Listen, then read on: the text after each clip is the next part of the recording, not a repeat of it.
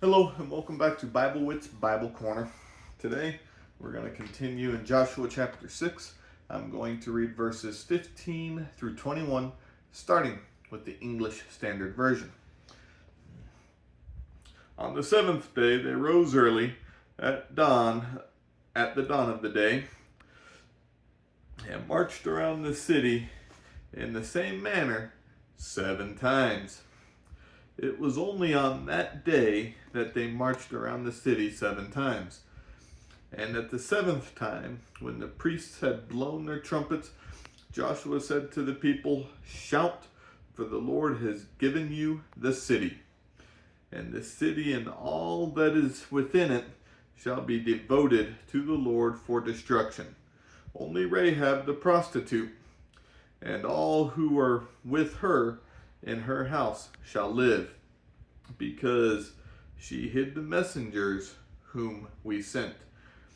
But you keep yourselves from the things devoted to destruction, lest when you have devoted them, you take any of the devoted things and make the camp of Israel a thing of destruction and bring trouble upon it. But all silver and gold and every vessel of bronze and iron are holy to the Lord. They shall go into the treasury of the Lord." So the people shouted, and the trumpets were blown. As soon as all the people heard the sound of the trumpet, the people shouted a great shout, and the wall fell down flat, so that the people went up into the city, and every man straight before him, and they captured the city. Then they devoted all in the city to destruction, both men and women, young and old, oxen, sheep, and donkeys, with the edge of the sword. New Century Version. On the 7th day they got up at dawn and marched around the city, just as they had on the days before. But on that day they marched around the city 7 times. The 7th time around the priests blew their trumpets. Then Joshua gave a command, "Now shout, the Lord has given you this city. The city and everything in it are to be destroyed as an offering to the Lord. Only Rahab the prostitute and everyone in her house should remain alive. They must not be killed, because Rahab hid 2 spies we sent out. Don't take any of the things that are to be destroyed as an offering to the Lord. If you take them and bring them into our camp, you yourselves will be destroyed, and you will bring trouble to all of Israel. All the silver and gold and things made from bronze and iron belong to the Lord and must be saved for him." When the priests blew the trumpet, the people shouted. At the sound of the trumpets and the people's shout, at the sound of the trumpet and the people's shouts, the walls fell, and everyone ran straight into the city. So the Israelites defeated that city. They completely destroyed with the sword every living thing in the city, men and women, young and old, cattle, sheep, and donkeys. Okay, so here we have the destruction of Jericho. Now I can't remember how long ago I've heard this, and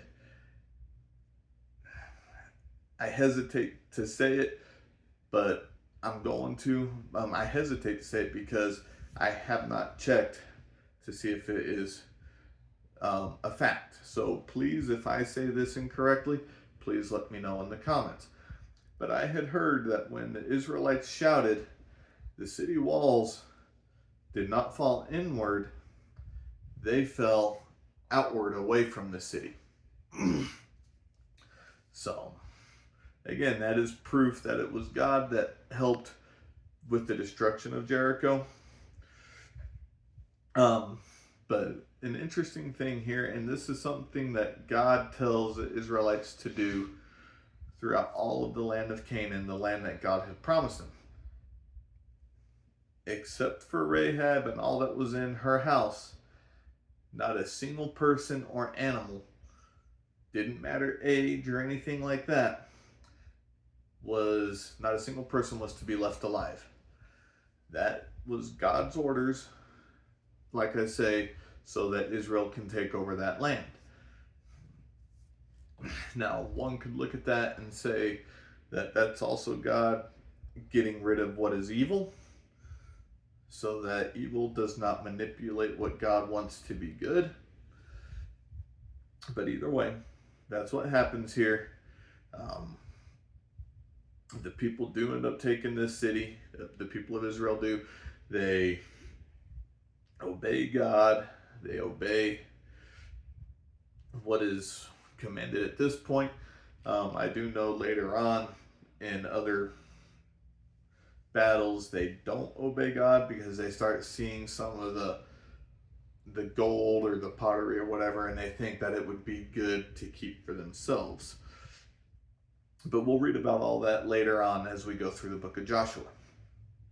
But right here up to this point in chapter 6, we are seeing obedience to God. So, again, relating that to us today. Now, we're not literally marching around cities to take them over. Today, our battle is a spiritual battle as far as trying to get people to come to Christ and things like that. So spiritually, what cities are we marching around? And as we are marching around these cities, are we doing so in a manner pleasing to God?